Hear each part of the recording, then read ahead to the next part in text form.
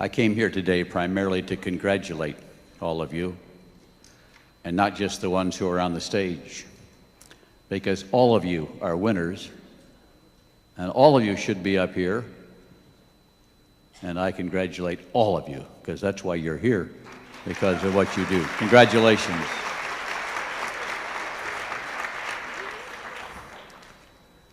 I asked the management whether we could afford this or not, and they assured me we could, because you're doing such a good job and the business is doing well, and so we have much to celebrate today. But most of all, I celebrate your love and your friendship and all the years that we have grown to know the beauty and the wonders and the talents of the people of Malaysia. It has been always a highlight for me to come to Malaysia. And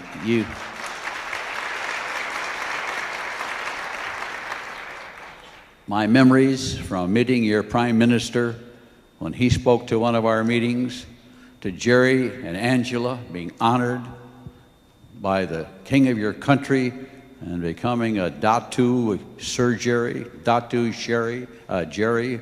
You know, I hardly know what to call the guy anymore. But I'm just going to call him my friend Jerry, if it's okay. But if it wasn't for Jerry's persistence and faithfulness and loyalty to the Amway business during difficult times, I don't know where we would be today. And so I thank him and many others for that. Sonny, it's good to see you again. And we love you. And I remember us flying together from someplace to someplace on one of our journeys out your way. So my memories are many, and some of you, many of you weren't around the day you mobbed us at the airport in Kuala Lumpur. I think the Prime Minister of your country was jealous of that, and he probably still is. Because he said to me, nobody ever came out to the airport to meet me like that. And that was undoubtedly a record for that whole country, to see that many people come to say hello to one person. And so that's one of my special memories as well. We thank you for that. But while we talk of wonderful memories and great achievements and loyal staff and the struggles in a strange country, and your struggles with the language barriers and labeling and product supply and all the different challenges that we have met, I really would like to talk to you today a little bit about overcoming what I think is one of the biggest problems. Now, I'm an old guy now. I'm out of the business. My body is 74. My heart is 42. My average age, therefore, is 59.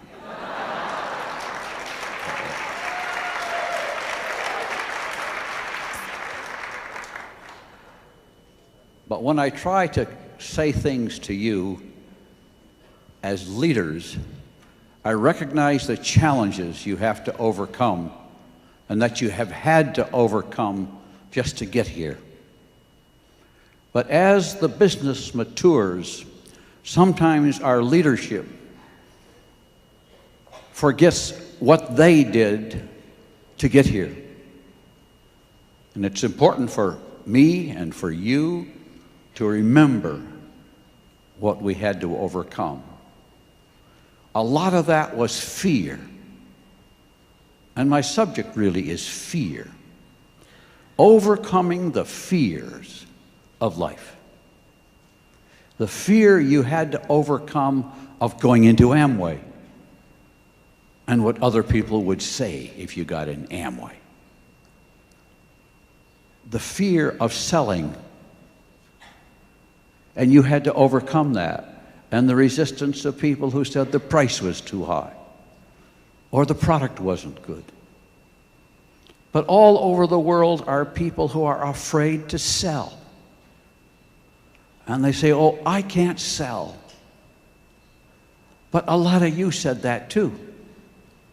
And a lot of you felt that way once too. But you overcame that fear, didn't you? And so it is with the fear of where this company is going. Because oftentimes when the business has setbacks, I wonder what's going to happen. And the fear of change comes in on us. And the old guys are gone. And Doug and Dick are there. And so that's a change. But as we get older, those are good changes. But it's important to recognize the passage of time.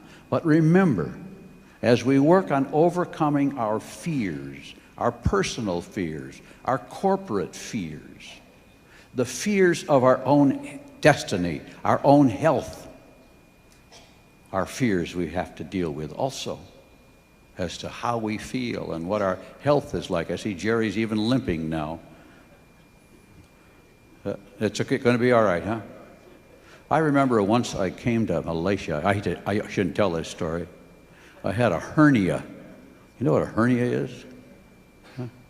Down here, you know, Jerry. So all the time I was speaking, I spoke with my hand in my pocket to hold my hernia in. Some people said, get your hand out of your pocket. And I said, I can't. I guess that's not translating very well. It's okay.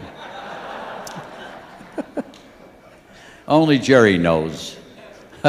He'll tell you sometime in your language. But those were fears all the time.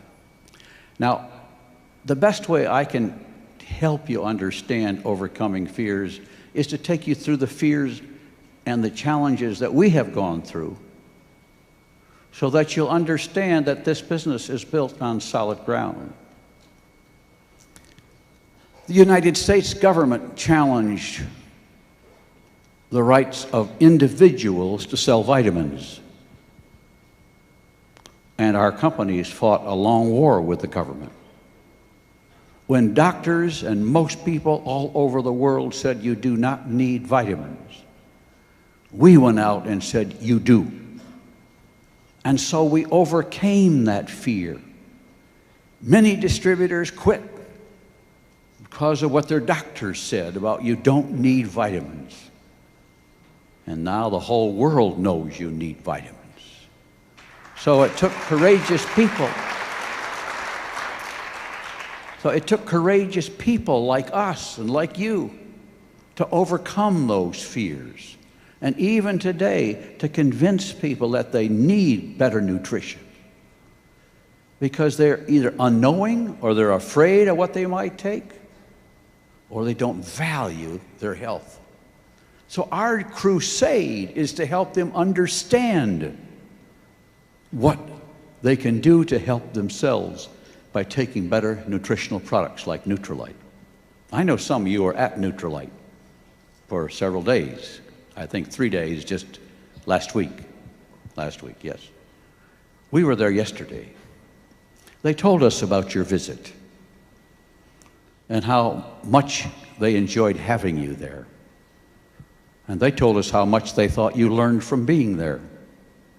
One of the souvenirs they showed to us yesterday was a smashed pack of cigarettes. Because as they talked to some of you about having better health, somebody in this crowd became convinced they should quit smoking. And so that smashed pack of cigarettes was left on the seat because somebody just smashed it and says, I quit. That's part of the crusade of what we're all about, in helping people discover how to live better and to take better care of themselves. You know, it isn't always a matter of just living longer. It's just a matter of living better and healthier while you're here. And so that's what we're all about. You know, Jay and I started in Nutrilite 50 years ago, 51 years ago. Now we celebrate 20 years in Malaysia. But 51 years ago, we bought a sales kit, just like you bought a sales kit.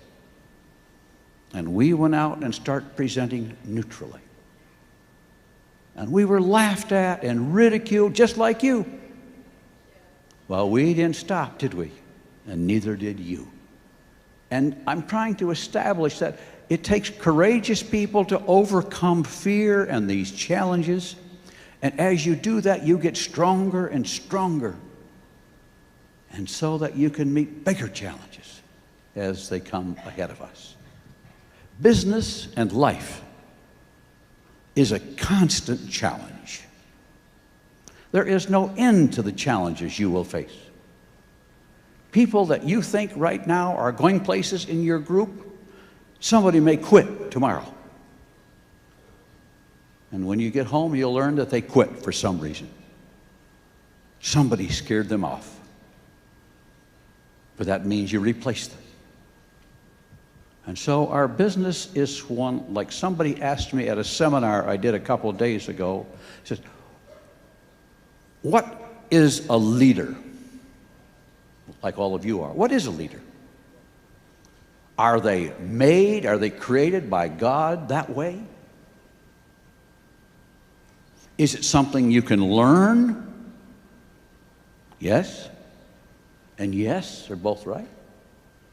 But leadership, in my experiences, is something we do by talking and working with a lot of people, and what we do is discover leadership in people. We can't make people leaders, in my opinion. Yes, God certainly puts some of that in us, some people, but they don't even know they have it. And a lot of you never knew you had leadership ability till you found this business. Then you discovered that people would listen to you and would follow you and would believe you. And one day you says, you know, I'm a leader. So it's an age of discovery. And as you sponsor people, you can't make somebody a leader who doesn't want to go out and sell, or won't make a phone call and recruit somebody, or won't come to a meeting. You are not good enough to go make them something. You only discover those. And so what you know in the way of overcoming that rejection is you just keep talking to more and more people until you discover them. We're in the discovery business. If I knew how to make a leader, I'd go down to the poorest part of Kuala Lumpur and make them all leaders. But I can't do that. I just have to talk to everybody, and one day somebody says, okay, and they make a sale, and they make a recruiting meeting, and they recruit somebody, and all of a sudden they become a direct one day. Because they took upon themselves that responsibility. So leadership is a part of our discovery process. Now, once we understand that, then the fear of somebody dropping out disappears. Because then we just replace them. But we don't allow our business or our life to be controlled by what one other person does or says about you. And so oftentimes we do. Now, we've had a whole run through the United States, mostly in the United States, of people telling their distributors, because they're afraid to sell, their answer is, you don't have to sell. I must tell you, that's the wrong answer.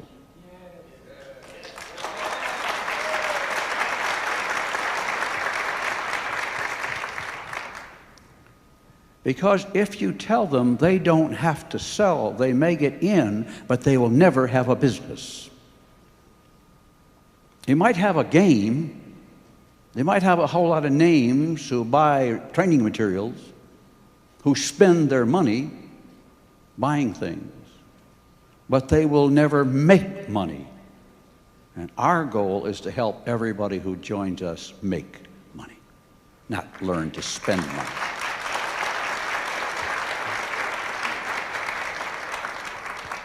And that means you face people who say, oh, I can't sell.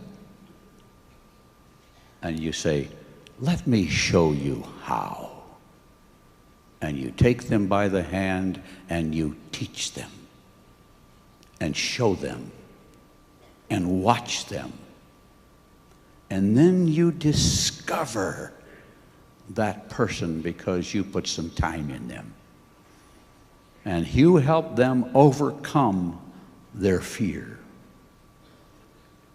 Now, some of you, as you get bigger in the business, then you worry about business. And what's the company going to do?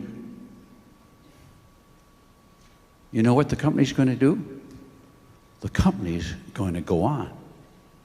This is not, and I want to help you overcome a fear, this is not a business built around Rich DeVos or Jay Van Andel. This is a business about a plan created by us, by the power of God, to empower people around the world to improve themselves. That's what we are.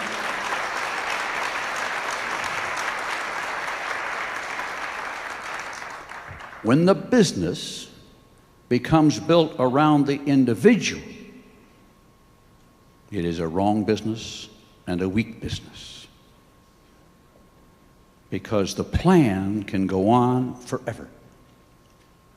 Our responsibility is to make sure the people like Jim and others who administer this plan protect the foundations of the plan so that the commitments made in the plan go on forward.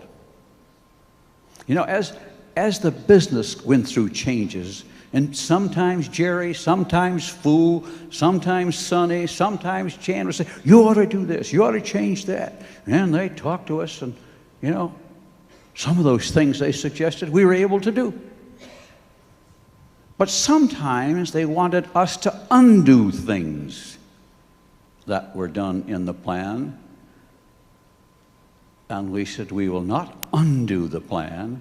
We will only improve the plan, even though when we look back, we know some of those things probably aren't quite right. But just because they aren't quite right for the new crowd doesn't mean we can undo them for those who bought into this plan when they were designed that way. Because as we go along in the business, we always look at how it works better for me. And sometimes when you watch people do things in the plan and in their side issues of the business, they don't share the money amongst all the people. They just take the money for a few people at the top. But in the Amway business, it's a PV-BV business, so that it is shared all the way down the line. Not just skewed to somebody who might want it. Now, those are principles we follow in the Amway business. We protect the lines of sponsorship. I know in the tape and book business, they don't honor that always. And that, I'm not arguing that point. I can't control that. I can control something else. And that is we honor the lines of sponsorship in the Amway business.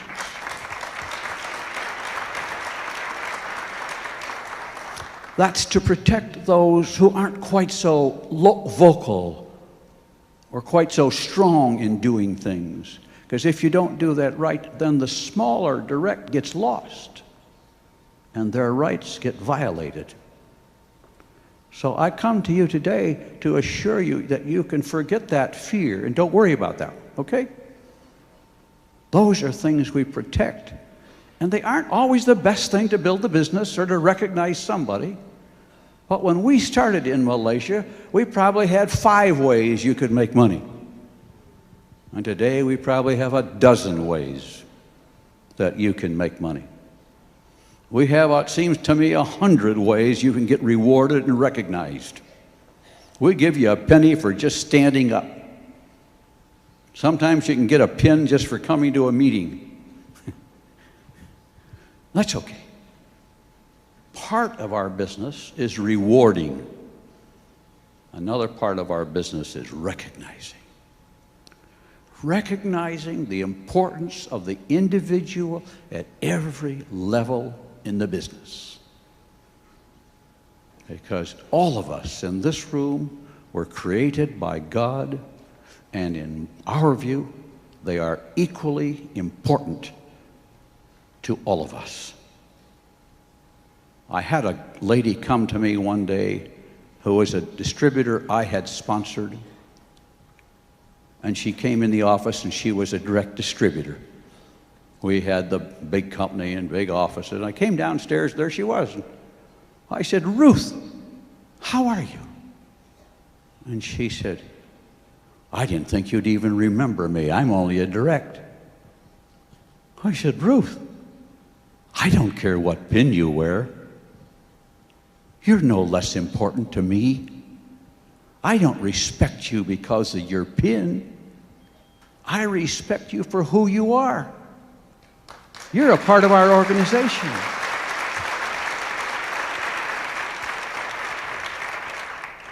It isn't what you do, but who you are.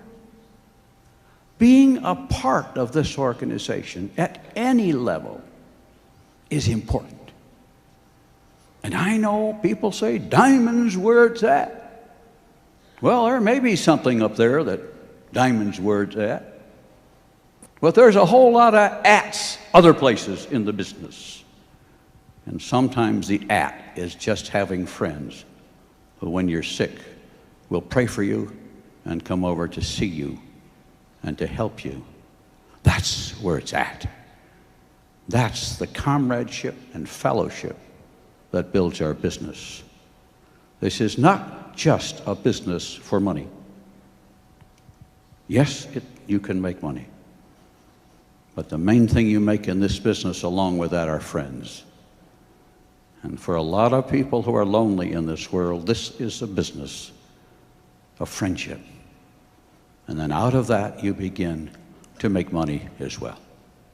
But it's all built on having as much respect for the one you sponsor as you have for the one who sponsored you. Now, those are things I share with you so you don't get afraid of the changes that come, because this business is designed for the generations, not just for us. And so the things we do are all done carefully to protect those who came 25 years ago and those who will come in 25 years from now. This plan is just as good today as it was for Jerry and Angela when they joined 25 years ago. Everybody says, "I should have got in at the beginning." Oh, really? If you'd gotten in the beginning, you might have quit a long time ago, because it was a lot tougher than it is today. And so you come today surrounded by a successful history, and you build on that history. And I know a lot of plans, because of the way the plans are written, favor those who got in at the beginning. But anybody who joins Amway today has just as good an opportunity to be where Chan is, a better opportunity to be where Chan is than Chan did when he came in. Very important. Because everybody thinks, "I should have got in on the ground floor, so I'm not going." I have all sorts of people tell me that. "Oh, I should have got in the beginning." I said, "What difference does it make? It's not when you get in, it's what you do after you get in." And that's an excuse, a fear that I should have got in then. And you got all sorts of friends like I do who said, "Oh, it's too late now." They don't comprehend the magnificence of this plan.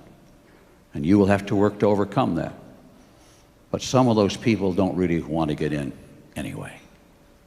they can't compete with you, so they're not going to start. Now I want to share a little bit about me because of those fears I've had to overcome and the fear of rejections that we live with in life, that all of us live with. People who rejected you when you got in the business and who stopped being your friends because you got in this business. And you all must have some like that. I know I do. I still have people who act that way. Now, many, many years ago, when I had my first heart attack, my first bypass surgery, my body began to reject me. And we got some surgery, and my body did pretty good then. And so we overcame that rejection by taking some pain. And oftentimes there's pain in overcoming the rejection of your friends or of your body or of your distributors or of others you know. Oh, rejection, there are two things I think are the most difficult things to handle. Fear of rejection and jealousy. As an experienced old guy, jealousy or envy are two things I found are important. I have a little line that says, most of the problems of the world are caused by comparison. I spend too much of my time comparing myself with somebody else or with somebody in a different part of the world and say, oh, they do this or we do that and they do this and they got a house bigger than we have and we got a smaller car, and we spend all of our time comparing ourselves. Try to stop worrying about where you stand in relationship to somebody else. When I was a young boy, we were very poor, just like many of you. But I never envied or was jealous of the other people in the other end of town who had a car or had a nicer home or a job, because my father was unemployed. All we said was, if they can do it, we can do it. That's all.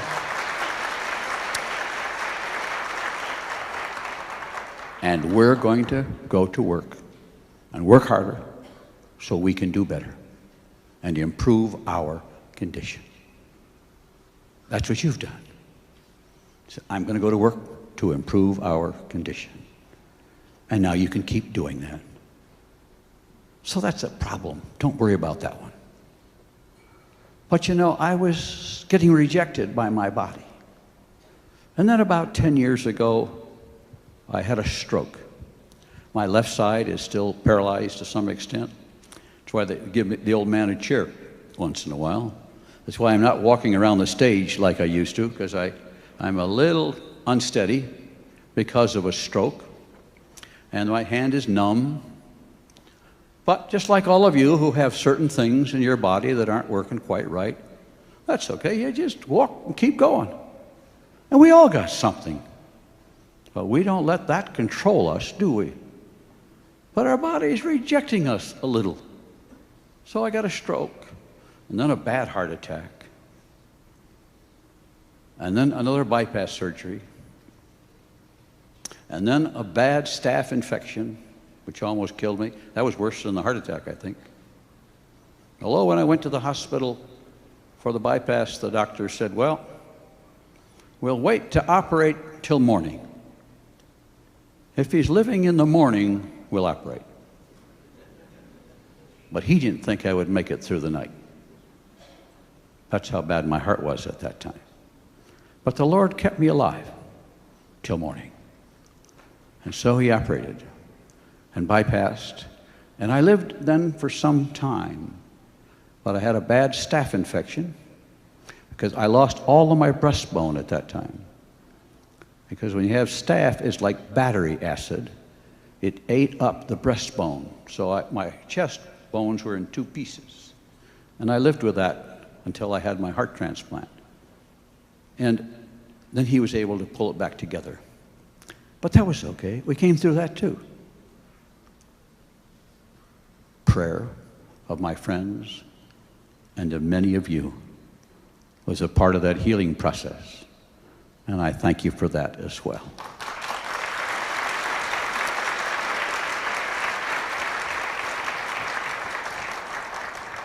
But my heart kept failing, and I stopped traveling, stepped out of my office. Dick took over. The kids were growing up, and so I start walking slowly and more carefully. Helen took charge of my calendar, and she told me what I could do and when I had to take a nap. And so we did like that. And then the doctors came to our house when I was 70 years old, and they said, "We think you have 1 year to live, unless we can get you a new heart. You are suffering congestive heart failure, and you will be gone in a year. However," he said, "I think I know where to send you where you might be able to get a heart." Now, by this time, he had called every heart transplant center in the United States and been rejected by all of them. And they said, "He's too old, he's too sick, he's a diabetic, he's too high risk. Besides, we don't have enough hearts anyway, so we won't consider him." So just like you when you built your business and you had meetings and people didn't come and rejected you, we got rejected. You know, I always say to people, when you're trying to sell something, a product or an idea, and you get rejected, sometimes you say, "They're rejecting me." Usually they're not rejecting you. They're rejecting your idea or your product. But your newer distributors always take that as a personal rejection. "Oh, I can't do it."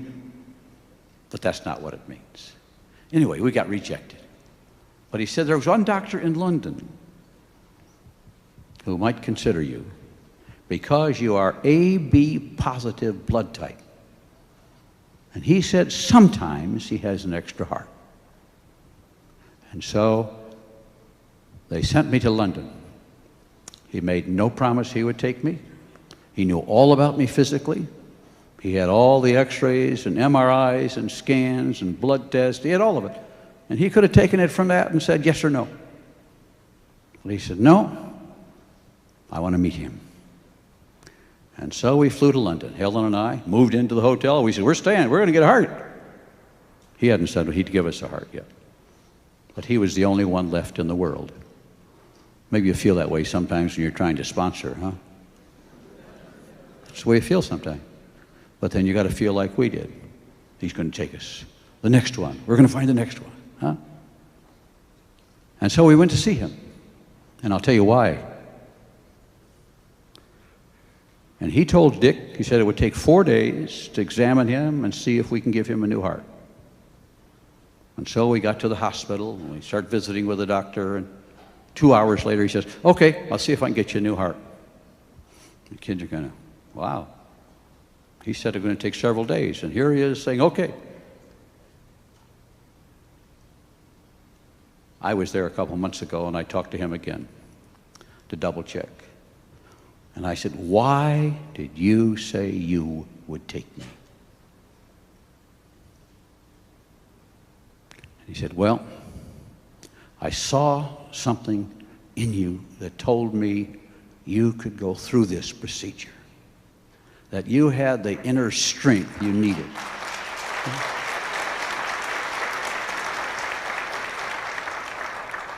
He said, "It just seemed to me you had purpose in your life. You knew who you were. You knew where you came from. You knew you could do things yet. You had a reason to live." He said, "In talking to you, I detected that. You had something about you." Now, you see, I know what that something is. See, that is the Spirit of God in me. And if you know God, it's in you. And that's why you can overcome rejection. Because you have what it takes to go through that. And as a Christian, see, I know who I am. And it was okay if I died. I was ready for that. And it was okay if I lived. I was prepared for that. But he said, you had something about you. And you see, that is why you are in this room today. Because you have something about you which overcomes all those rejections. And remember that when you're down. And you're down to the last one. Because you have it. You've overcome so much that you have proven that you have the ability to go on. Now, he accepted me. We waited 5 months. In that 5 months, I went to the hospital every Monday morning. They checked me every day, every Monday. They checked to see if I was how long I could live without going into the hospital. And they determined my heart had been so badly damaged that I needed a very special heart, a strong right side heart. So I not only needed an unusual blood type and a tissue match and a size match, but a special, strong right side heart. A normal heart from a normal person would not have worked in me. But the Lord put in that very same hospital a woman who had bad lungs, who was AB positive, and whose heart God designed for me.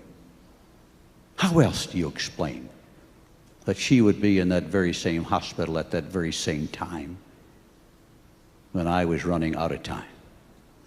And so they said to her, if we can find you a new heart and lung, may we have your heart. Because they knew it would work in me. And so it was that they got a new heart and lung for her from the continent. And along with a strong right side and a blood type and a tissue match and a right size heart, all that stuff, it had to be a heart that nobody in the United Kingdom could use at that point in time. Because I was a foreigner. I was last on the list. And so at that time, nobody else could use that heart. And my doctor told me that heart would not have worked in anybody else. Anyway, he said it would have died in a bucket. That's the way they speak of it. I would have put it in the bucket and it would have died there. Because you can only wait 4 hours from when you remove a heart until it's up and running. And so I received that new heart and went on from there. A few days after my operation, I'm walking down a hall, a woman comes out of a room and says, did you get a new heart on June 2? And I said, yes. She says, you have my heart. And so we had a big hug and a kiss and a rejoicing together about the miracle of God in our lives. But you see, it all comes with that Spirit of God that is in you to overcome rejection and fear and to take on new challenges. Now, I live with rejection every day. I take a pill for it. Somewhere it's in here. My hand's a little numb, so I can't always feel. It's a little... Anyway, it's a nice little package. Oops, that's a cufflink. That's not the thing I needed. Wrong shirt today. But I take a little medicine. 2 little pills a day. Not Neutralite. I take that too. What do you want to see that, Jerry? Here, these are my Neutralites, so you just keep those over here. But I want you to know I take that too. Anyway.